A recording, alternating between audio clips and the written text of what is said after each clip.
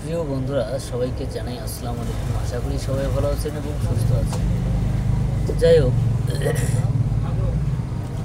একটা জিনিস হঠাৎ করে মনে পড়লো এবং দেখলাম, আগে আমরা মানুষের বিয়ে শাদী হলে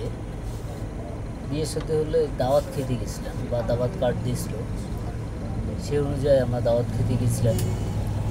সেখানে হয়তো কোনো উপহার বা গিফট কোনো কিছু দিয়ে খেয়ে আসতে হয়।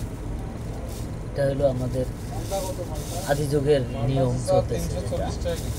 কারো বিয়ে খাইতে গেলে কোনো গিফট দেওয়া লাগে, তো এটা চলতেছে, সবারই সচরাচর হচ্ছে। এটা ভালো আছে, কিন্তু ইদারিং দেখতেছি বা এই সময়টা দেখতেছি হুবহু একটা জিনিস, সেটা হলো আমি ভাবতে পারতেছি না এই জিনিসটা কেন হলো। তো যাই হোক, জিনিসটা হলো এই আকিকা। একটা ছেলে হোক আর মেয়ে হোক, আকিকা করানো হয়। এই আকিকার পারপাসে কেউ যদি দাওয়াত দেয়, সেই দাওয়াতের পরে তো অনেক সময় চেয়ার টেবিল নিয়ে বসে, কে কত টাকা দেয় তার নাম এবং ঠিকানা লেখানো হয়। এটা আর একটা জিনিস ভালোভাবে লক্ষ্য করেছি এবং দেখেছি, জানছি, সেটা হলো আগে কেউ যদি মারা যায় বা 40 দিন পর কুলখানি, যা আমাদের বাংলা ভাষায় তামদারি বলে। তা যাই হোক, কুলখানি বা কেউ বলতে পারেন হয়তো কুলখানি, আর কেউ হয়তো বলতে পারেন তামদারি। হ্যাঁ, এই জিনিসটা আগে সচরাচর আমরা যখন ছোট ছিলাম, তখন তামদাড়ির বাড়িতে কেউ দাওয়াত দিল বা কুলখানির বাড়িতে কেউ দাওয়াত দিলে সেখানে আমরা গিয়েছিলাম, খাইছিলাম, চলে আসছি।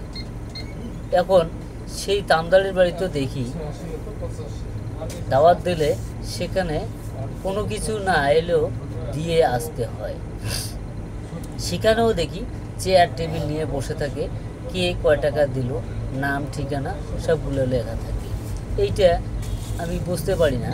আগে যেমন মনে করেন আমরা ছোটো থেকে দেখলাম তামদাড়ি খেতে গেলে কোনো টাকা পয়সা লাগে না, এখন দেখি তামদাড়ি খেতে গেলেও অনেক সময় টাকা পয়সা লাগে। এইটা কেন লাগে আমি বুঝি না। যদি আল্লাহ পাক বলেছেন, আমার যতটুকু ধারণা এবং বিশ্বাস, আল্লাহ পাক বলেছেন যদি কারো তামদাড়ি করার বা কুলখানি করার সামর্থ্য থাকে বা হিম্মত থাকে তাহলে করতে হবে। আর যদি হিম্মত বা সামর্থ্য না থাকে, কয়েকটা ফকির বা দুই একটা মুন্সি ডেকে আল্লাহর কাছে মোনাজাত করে বা দোয়া করে 3-4টে ফকিরকে খোয়া দিলে ইনশাল্লাহ হয়ে যায়।